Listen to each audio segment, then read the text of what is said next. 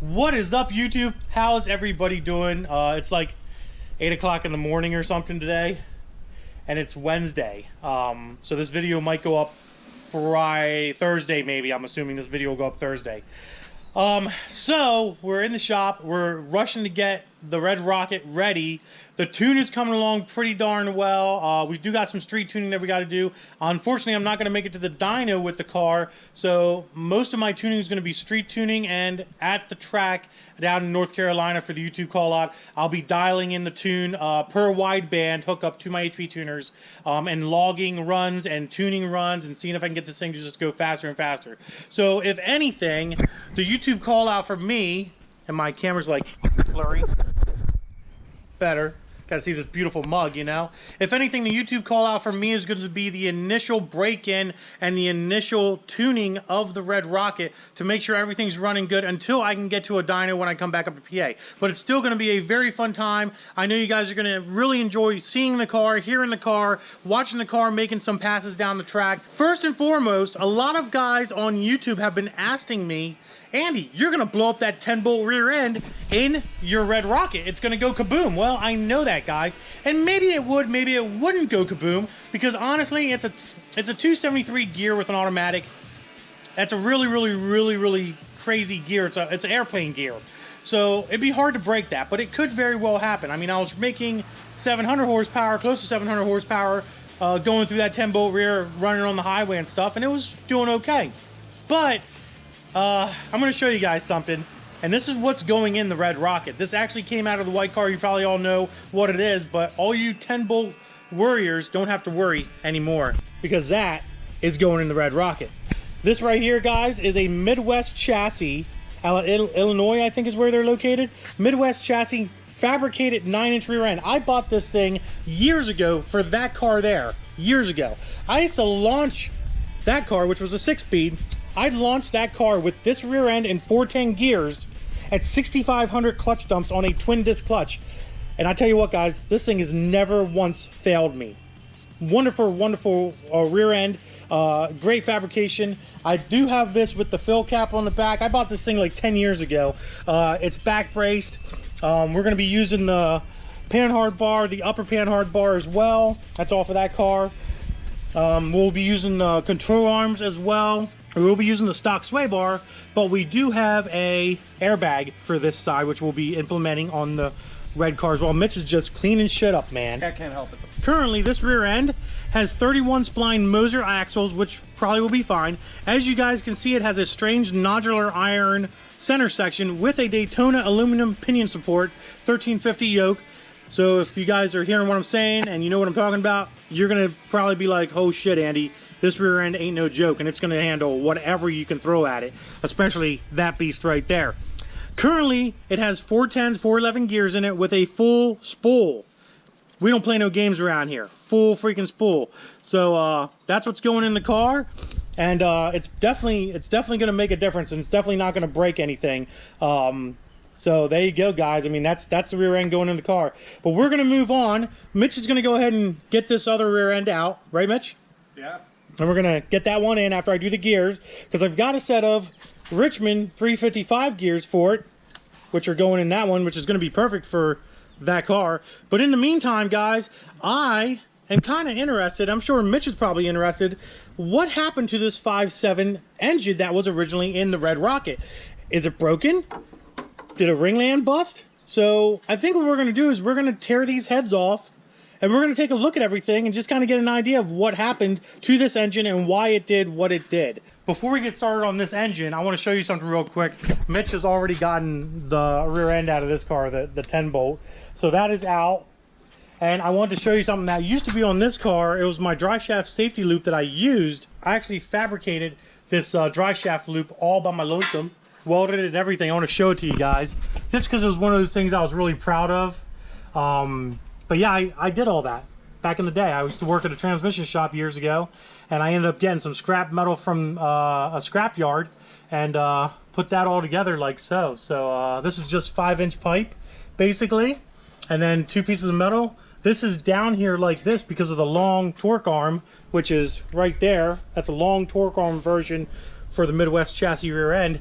goes above that right there. So that's why I made it a U-shape like that. Now let's tear this freaking engine down and see what's wrong with it. I'm sure you guys are very anxiously awaiting it.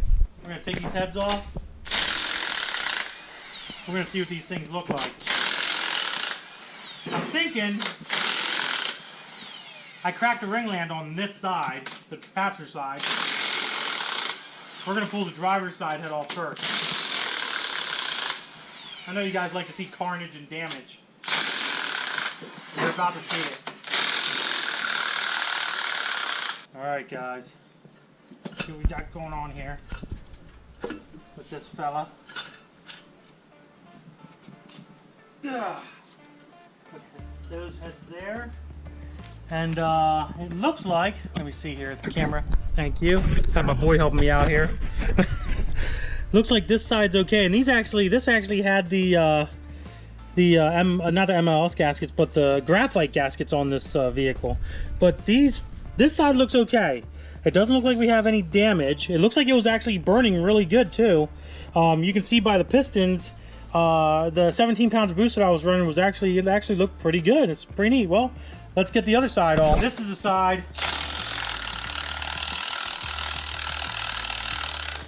that will probably see some damage.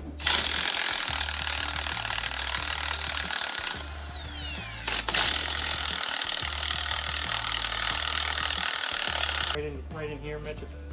Pop that sucker up for me, please, sir. Oh, there we go. And pop some more.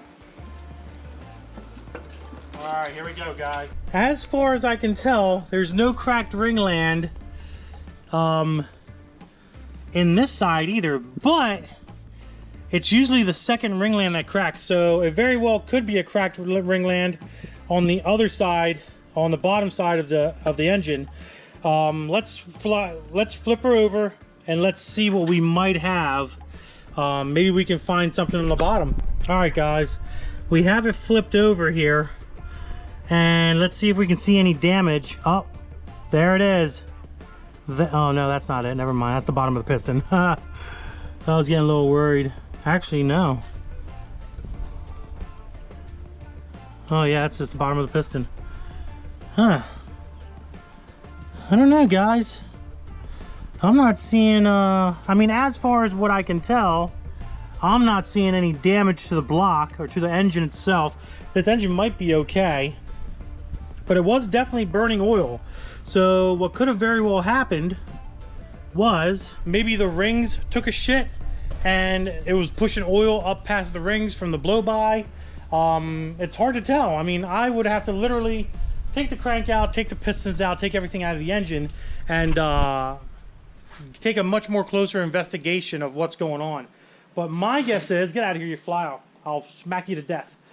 My guess would be the rings took a dump, or the ringland cracked in a place that I can't physically see it with the pistons inside the block, and allowed oil to get past the rings into the combustion chamber on the passenger side, which was allowing oil to come out of the exhaust. And when this old turbo system was on the car before, I noticed that oil was in the passenger side header when I had it apart to do the rear main seal for the second time, and because of overpressurizing the block. So I did notice there's a ton of burnt oil, so I know oil was getting into the combustion chamber somehow. I doubt it had anything to do with the heads. The heads look, I mean, the heads even look half decent. Mitch has come over because he wanted to investigate as well. Okay, so before we end this video, I don't know if you guys can see it down there, but there is a broken ringland, the bottom ringland on this side. I guess this would be number, this is actually the driver's side, believe it or not. But that is at least one broken ringland down there that I can see. God only knows how many more. So exciting stuff. Stuff some pistons in it and throw it in. I don't know what I'm gonna do with it. It's probably still a good block. I could probably send it out, have it rebuilt. You know what? Maybe I'll send it out and have it rebuilt for that car right there. Might not be a bad idea, guys. What do you think? Comment below. You think I should take this engine, send it out, have it cleaned and rebuilt with Ford's internals, make it a 347, and make that the next project car, considering this project car's almost about done. almost about done. Not done quite yet, but it is almost about done. Mitch is putting the new rear shocks in from the old car. They were just some Comp Engineering 3-way adjustables. I put them on extra firm. That way they're set up and they're gonna, you know, let the car squat a little bit better. Plus, I'll show you the airbag real quick that we're also putting back in the passenger rear of the car, and I'll explain to you what that does. But right here is the airbag, and here's the air hose right there. Basically what this does is you fill this bag up to 30 psi. It goes in the passenger side of the car, and when you launch the car at the track or on the street, it'll actually squat evenly instead of corking like this and squatting off to the right and then launching the left up. You know what I mean? So you want, whenever you launch a car at the track, you want it to squat evenly. That way you get a nice firm launch out of the hole. You hook with both tires, not one tire is getting unloaded, which would be the driver's side tire unloading. The passenger side would squash so much that it would hook, but the driver's side would actually unload, and you'd lose traction at the track and you'd get a crappy time. This is what drag racers know how to do. You know what I mean? Is they know how to dial in a car and they know how to adjust the suspension to make it work. Now with that bag, you can adjust that bag to different pressures. You can put it from 15 psi to I think 35 psi is the max. And one of the ways you can test that bag to make sure you have it set up correctly, the easiest way, the simplest way to do it, is when this is all together, you go out on the street and you do a burnout. Just do a regular burnout for 20 feet. And you look at your burnout marks. And if one mark's longer than the other, then whichever side's longer than the other, you take or add air into the bag to even out and distribute your weight as you're doing your burnout. And then you just do another burnout real quick and just look at the marks real fast. And if the marks are both on the same side, the same length, that bag pretty damn close to being set up correctly for a drag racing setup. And by no means is this bag a like professional drag racing kind of thing.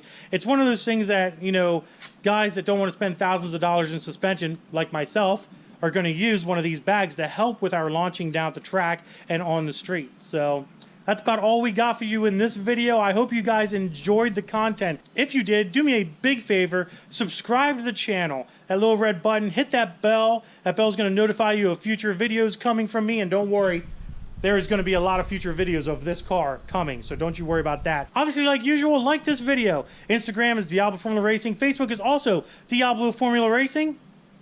Deuces, guys.